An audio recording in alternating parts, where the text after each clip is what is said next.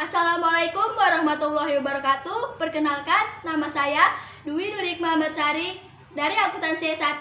Izinkanlah saya untuk mempresentasikan hasil dari penelitian skripsi saya yang berjudul Pengaruh Kepemilikan Institusional, Kepemilikan Manajerial, dan Pengungkapan Corporate Social Responsibility terhadap manajemen laba pada perusahaan manufaktur sektor industri dasar dan kimia yang terdaftar di Bursa Efek Indonesia periode 2016 sampai 2019. Dan itu adalah latar belakang masalah. Yang pertama, adanya masalah agensi akan menyebabkan tidak tercapainya suatu tujuan perusahaan. Yang kedua, perusahaan dengan kepemilikan institusional yang rendah tidak dapat meminimalisir praktik manajemen laba. Yang ketiga, apabila suatu perusahaan mengalami kebangkrutan, maka sebagai manajer akan kehilangan insentif dan sebagai pemegang saham akan kehilangan return dan dana yang akan diinvestasikannya. Yang keempat, banyak kesenjangan sosial yang terjadi di perusahaan sehingga dikembangkan apa yang disebut dengan CSR. Yang kelima, manajemen laba lebih rentan terjadi di negara berkembang. Selanjutnya ada rumusan masalah. Yang pertama, apakah terdapat pengaruh antara kepemilikan institusional terhadap manajemen laba pada perusahaan manufaktur sektor industri dasar dan kimia yang terdaftar di Bursa Efek Indonesia periode 2016 sampai 2019. Lalu yang kedua, apakah terdapat pengaruh antara kepemilikan manajerial terhadap manajemen laba pada perusahaan manufaktur sektor industri dasar dan kimia yang terdaftar di Bursa Efek Indonesia periode 2016 sampai 2019. Lalu yang ketiga, apakah terdapat pengaruh antara pengungkapan CSR terhadap manajemen laba pada perusahaan manufaktur sektor industri dasar dan kimia yang terdaftar di Bursa Efek Indonesia periode 2016 sampai 2019. Lalu yang keempat, apakah terdapat pengaruh antara kepemilikan institusional, kepemilikan manajerial, dan pengungkapan CSR secara bersama-sama terhadap manajemen laba pada perusahaan manufaktur sektor industri dasar dan kimia yang terdaftar di Bursa Efek Indonesia periode 2016 sampai 2019. Teori yang digunakan dalam skripsi saya adalah teori agensi, teori sinyal, teori legitimasi, dan teori akuntansi positif. Lalu ada kerangka pemikiran. Kerangka pemikiran terbentuk karena adanya teori yang saya gunakan dalam skripsi ini dan dari beberapa penelitian terdahulu, sehingga terbentuklah kerangka pemikiran. Hipotesis. Hipotesis terbentuk dari adanya kerangka pemikiran. Hipotesis yang pertama, kepemilikan institusional berpengaruh terhadap manajemen laba.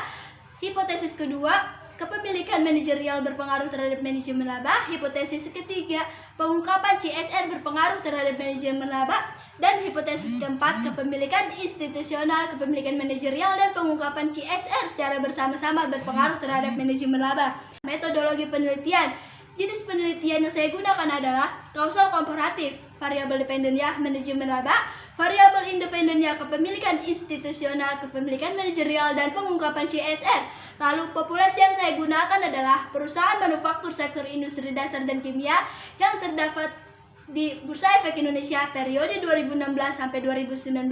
Lalu sampel yang saya ambil adalah 9 perusahaan yang sesuai dengan kriteria. Selanjutnya ada rancangan analisis. Model yang digunakan dalam analisis regresi data panel itu ada 3, Common Effect Model, Fixed Effect Model, dan Random Effect Model. Lalu uji yang digunakan dalam analisis regresi data panel ini ada 3. Yang pertama uji Chow, kedua uji Hausman, yang ketiga uji Lagrange multiplier. Analisis regresi data panel itu yang pertama ada uji Chow. Hasil uji Chow dapat disimpulkan bahwa HO diterima karena probabilitas cross section F lebih besar daripada alfa, yaitu 0,9282 lebih besar daripada 0,05, sehingga penelitian ini adalah Common Effect Model. Lalu yang kedua ada uji Hausman.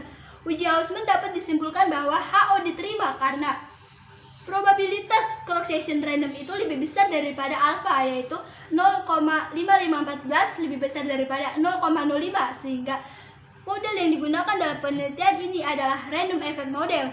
Selanjutnya ada hasil uji Lagrange multiplier.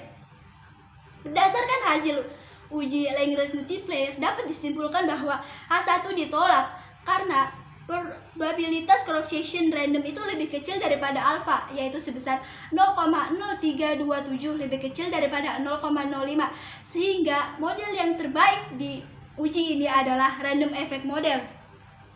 Berdasarkan hasil ketiga uji di atas, yang terbaik adalah Random Effect Model, sehingga dalam penelitian ini saya menggunakan Random Effect Model.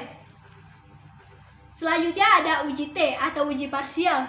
Berdasarkan hasil random effect model, dapat disimpulkan bahwa kepemilikan institusional mendapatkan hasil koefisien regresi sebesar 0,013313, nilai T hitungnya 1,873961 dengan probabilitas sebesar 0,0701 lebih besar daripada 0,05.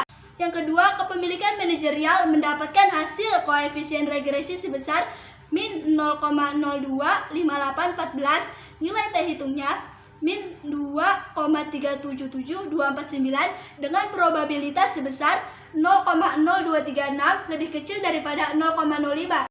Yang ketiga, pengungkapan CSR mendapatkan hasil koefisien regresi sebesar min 0,093516, nilai T hitungnya min 2040050 dengan probabilitas sebesar 0,0497 lebih kecil daripada 0,05. Kesimpulannya, bahwa kepemilikan institusional berpengaruh positif terhadap manajemen laba, lalu kepemilikan manajerial berpengaruh negatif terhadap manajemen laba, dan pengungkapan CSR berpengaruh negatif terhadap manajemen laba.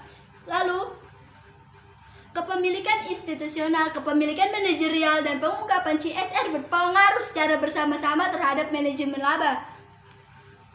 Sarannya, bagi perusahaan hendaknya mampu mempertahankan dan meningkatkan kinerja sehingga mendapatkan loyalitas investor institusional serta menarik minat investor institusional lainnya, dan mampu mempertahankan dan meningkatkan pengungkapan tanggung jawab sosial perusahaan.